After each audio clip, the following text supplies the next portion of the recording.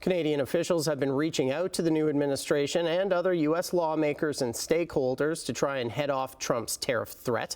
Let's dig a little deeper into this new Trump administration and what Canadian officials are facing in their negotiating efforts. Joining me now is Renan Levine. He's a poli-sci professor from the University of Toronto who has expertise on the Trump administration. Renan, the Canadian government renegotiated the U.S. free trade agreement during Trump's last term. How will Trump be different to deal with this time around? Well, I think that's a great question.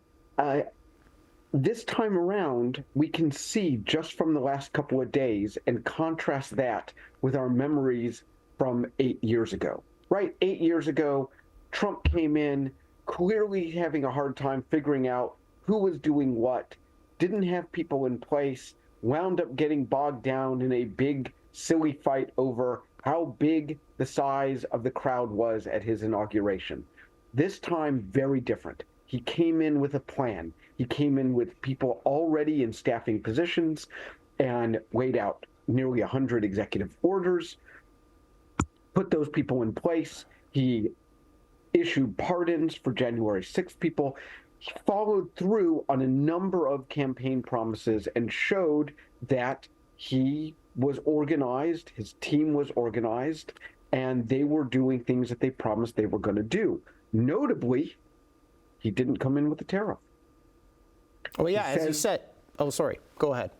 No, please, go ahead. Oh, I was just going to say, you make the point. He didn't come in on day one with that tariff threat. He says they're still coming February 1st. Is there something we can read into that? Yeah, absolutely. Right? Is that he's thinking about what are his political priorities. A couple weeks ago, his political priority was to send out a tweet, and then he didn't do anything. And Canada went running around. And today he comes in, Monday he comes into office. Here we are a couple days later, he's talking about AI initiatives. He's talking to his base about how much he's changing the federal bureaucracy in terms of DEI, talking about letting out people with pardons, all of these things moving towards his base. That's his big priority.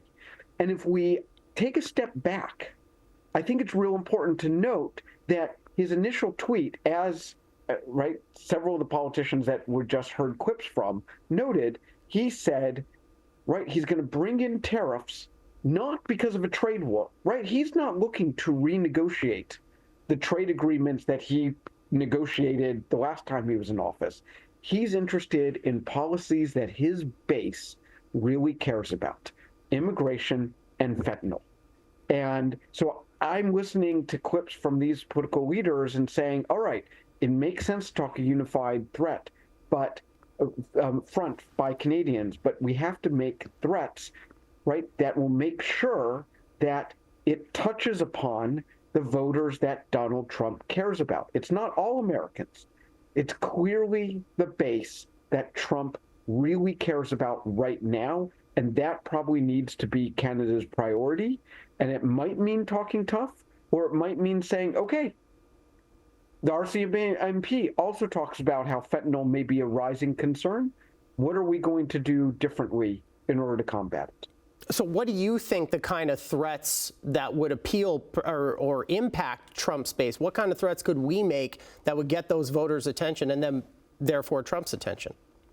Well, this is one reason why Premier Smith in Alberta is so important, because so much of Midwest gasoline is connected to the price of Canadian crude.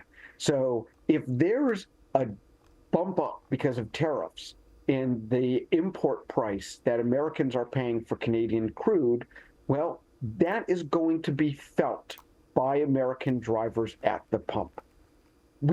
Canada probably can't take things off the agenda like the energy, the electricity.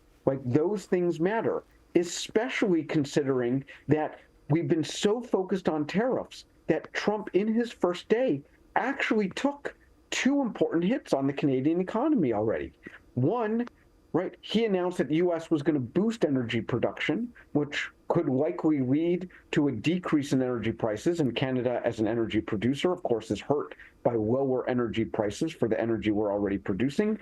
And the second thing is that he announced a cut, an elimination of the electric vehicle mandates. Well, in anticipation, and they're not really mandates, but in anticipation of a number of rules and incentives for Americans to buy electric vehicles, and especially electric vehicles not from China, Canada has made huge investments into factories that would make electric vehicles and their parts.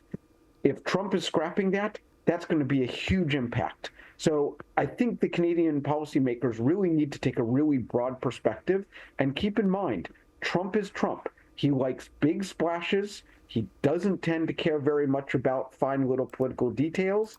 If there can be a show, if he can look strong, if he can look like he's done something that he can say, look, my predecessor didn't do this, but I could, he's going to come away happy, especially if his Republican base is satisfied.